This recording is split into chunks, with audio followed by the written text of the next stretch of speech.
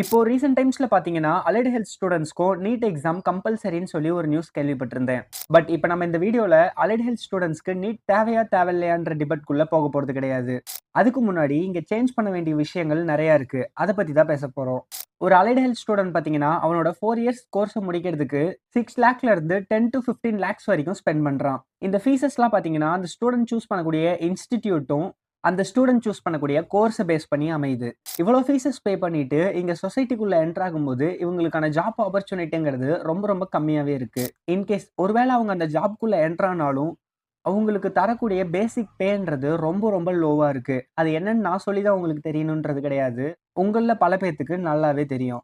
So first of all இங்க பார்த்தீங்கன்னா, வேலை வாய்ப்புகளை இன்கிரீஸ் பண்றதுக்கு என்னெல்லாம் ஸ்டெப்ஸ் எடுக்கணுமோ, அந்த ஸ்டெப்ஸ் எல்லாத்தையுமே கண்டிப்பா இங்க எடுத்தே ஆகணும். அடுத்ததா இந்த மெடிக்கல் இண்டஸ்ட்ரியில ஒரு இம்பார்ட்டன்ட் ரோல ப்ளே பண்ற இந்த அலைடு ஹெல்த் வொர்க்கர்ஸ்க்கு ஸ்டாண்டர்டா பேசிக் பேன்றத இன்கிரீஸ் பண்ணி ரீசனபிளா பே பண்ணணும்.